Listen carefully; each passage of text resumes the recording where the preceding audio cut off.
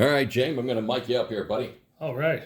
All right, buddy. How you doing today? I'm doing great. There we go. Yeah, okay, so let's see what we good here. Good right there? Yes, sir. Don't want too much noise and reverb from that mic there. I think I'm doing that wrong, James. Hang on a second. Oh, yes, here we go. There you go, brother. There All you right. go. Well, Jamie, we're going to get started here. This is Jamie Mills. We're interviewing today on the Road to Life podcast with John Miller. Jamie Mills, and you used to run the Harvest House, didn't you? Yes, I did for 8 years. The Harvest House is a house for the homeless in Moncton, New Brunswick, on Canada's Atlantic seaboard.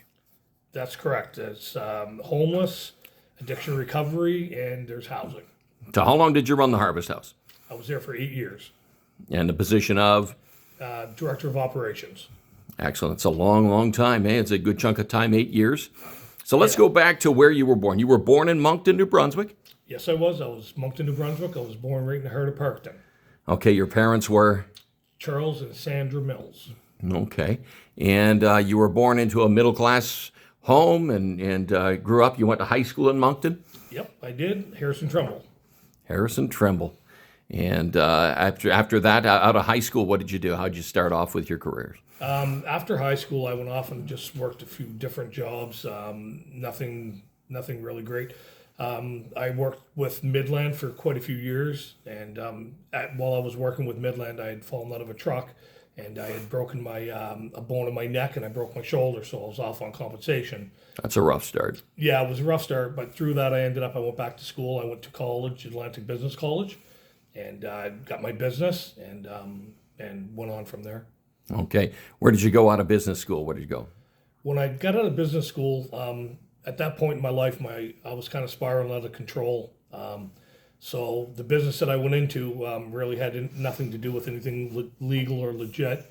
I found that I was quite good at selling drugs. So I started my career off with that, which I did quite well with. And you knew people through your life who were into that? Was the influencing factor of you getting into that? Yes, at a young age, I was doing a lot of partying and just going around, seeing a lot of people. I knew a lot of people in Moncton.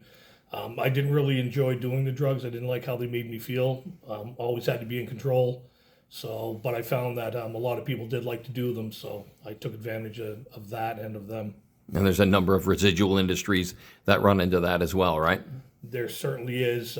Through that, I ended up, I ran into a gentleman that I had worked with at a body shop, and he had asked me if I would come to work for him, taking care of some girls at one of his escort services here in the Greater Moncton area. Mm-hmm. So you did that too.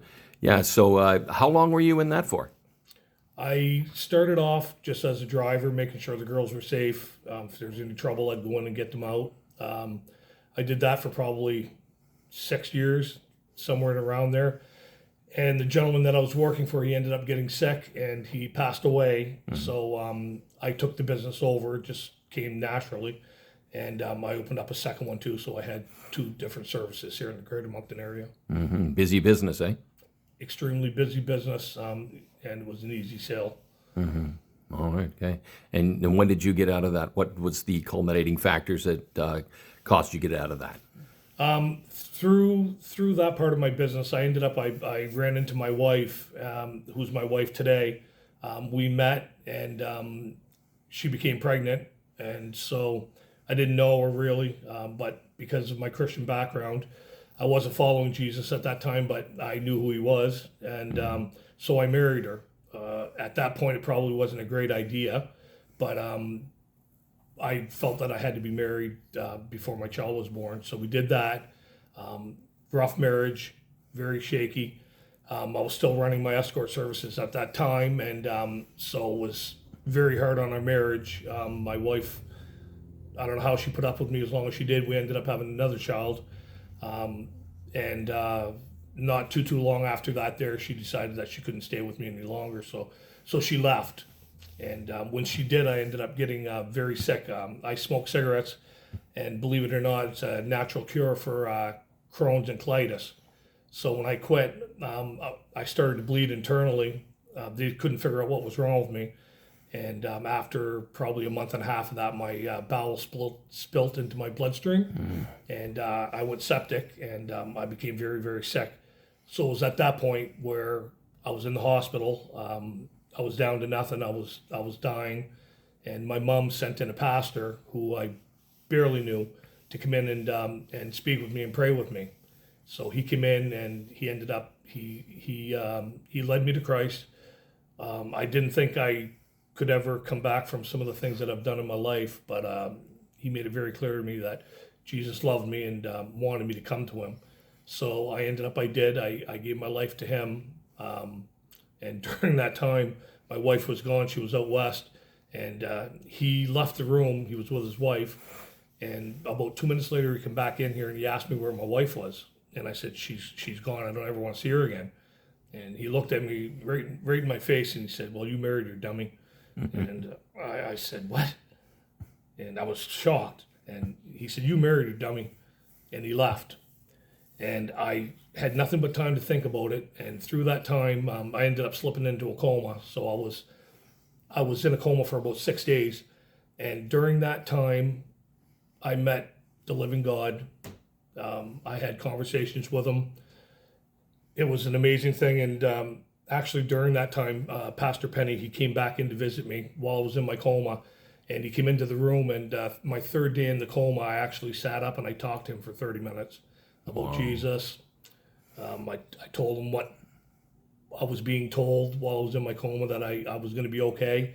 While the doctors were saying that I wasn't going to make it, God was telling me that I was going to be okay, and I was okay, and I did come out of it. But through that time, my wife ended up calling to see how I was. She had heard I was sick, and she came back home.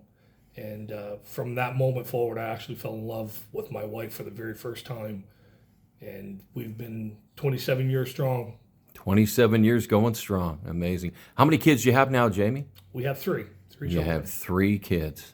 Yep. 3 kids. So after that whole experience, you eventually got out of the hospital, and then you went and worked for who? When I got out of the hospital, it took me close to 2 years to recover from that. So I just kind of took it easy and didn't really do a whole lot. But then I ended up opening some pawn shops around the city. And that's what I did for quite some time.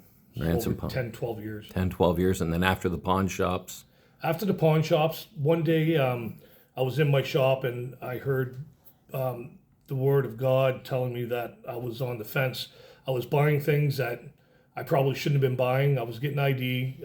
I was legally okay, but I was on the fence is the way that it was put to me, and that the enemy owned the fence. So I decided that very day that we were going to sell our businesses. And, Is the pawn shop business tough? At that point, it was very lucrative. There was a lot of money to be made, but it's very hard because you get people's ID. One guy's got stolen stuff. He's giving you his good ID, and the next guy's stuff's probably not stolen, and he's giving you the same ID. So it was difficult to say no to one guy, especially with different things, gold and valuable things along that nature. It was hard to say no.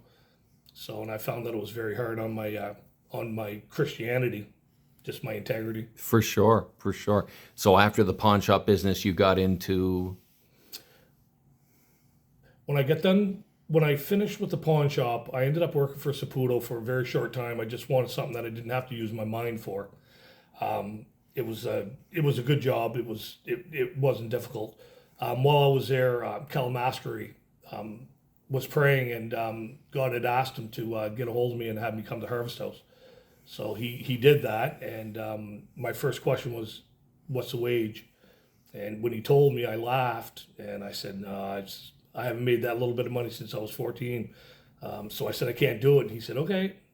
And probably maybe 2 weeks later, he called me back and he said, "Jamie, God spoke to me again, and you're supposed to be with Harvest House."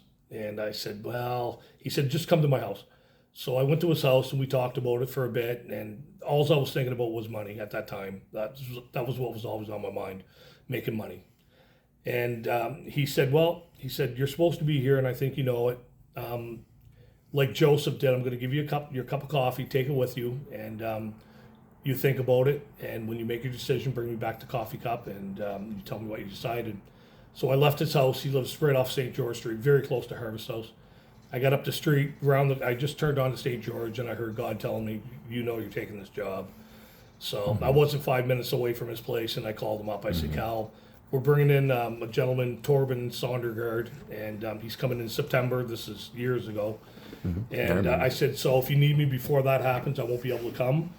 But if you'd like, I can come after that happens. And he said, whenever you come is your first day that you start. So as soon as that was all over, I began at Harvest House. All right, okay. Now, there's different houses for the homeless in the Greater Moncton area, isn't there? Yes, there is. Are they corporate, or do they ever work together with each other? At this point now, they're all working together. They've changed a lot of things since I was there. So it's they're all working closely together for housing. Three or four different organizations. The word is that I know where I live in Riverview, there's a couple of camps, and there's quite a number of them in homeless camps in the Moncton area, and even down along the river, apparently along certain tributaries. There's various camps that pop up here and there. And I've been told that it could be the homeless numbers in the Greater Moncton area could exceed 1,000 people. Yeah. When I was with Harvest House, I've been gone for 3 years. There was a lot of debate over it. There was 700, I think, at that time that were documented, that were on the streets, like living rough.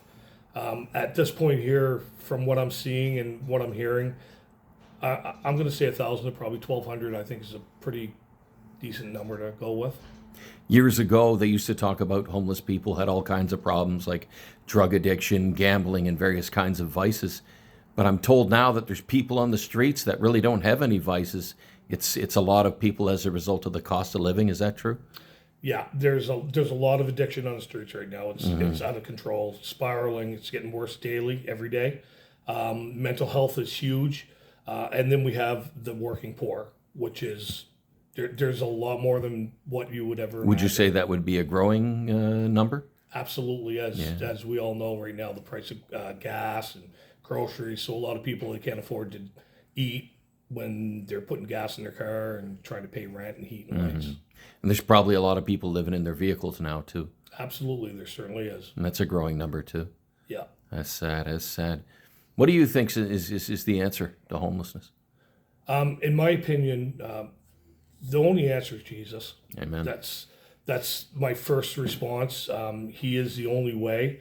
We can throw almost anything at it, but in my opinion, which is one of the reasons why I couldn't stay with Harvest House, due to the housing part of things, it went to MB Housing, and for me to house somebody that doesn't know who Jesus is, and we're not teaching them about Jesus, and if something happens and they pass away, all we've done is house somebody. So to me, if you don't know who Jesus is, if we're not introducing people to him, their condition's going to get worse. And even as a Christian, nothing's perfect. Things are hard. And they always will be hard. It's just the way of the world and life. But there's a way out of everything, and that's the only way that I can think of. It's been a number of years now. I know you reach out to a lot of people. You're always willing to pray with people. We thank you for that. Now that you're working somewhere else, you've gotten away from that industry. Do you ever miss it? I daily go to the streets. I'm still in and around Harvest House. It's part of who I am, witnessing, and I have a heart for the homeless and for the addicted. So I do my very best every day to go out and just, some days it's socks, some days it's food, some days it's Bibles, just some days it's prayer. Whatever God leads me to do, that's what it is. Do you ever get people coming up to you on the streets asking you to pray with them? Oh, absolutely. Yeah, pretty much daily. They still remember you. They know who you are. Oh, they know who I am. Yeah, it's good. Good stuff. Are there any other projects you're working on right now you'd like to talk about? One of the main things that I'm working on right now, outside of my work, is 5,000 Farms. I sit on the board of 5,000 Farms. And what is that? We feed New Brunswick. So it's not 5,000 farms, it's the 5,000 that were fed when Jesus fed the 5,000 with the fish and the loaves of bread. So that's why we call it 5,000 farms, because it's feeding the hungry. That's the mandate. So the gentleman that started it, Ken Reed, from starting off from his own pocket, he funded everything, did all the work by himself. Now there's 2 people, but there's a lot of need right now with the fuel costs going up, with the seed price going up. Just it's a huge expense. So we give all of our food. It's donated. 100% of it goes to feed New Brunswick. So if there's anybody out there that would like to help out in any way, whether it be financially, with your time, helping on the farm, we'd certainly appreciate it. Are other farms invited to join?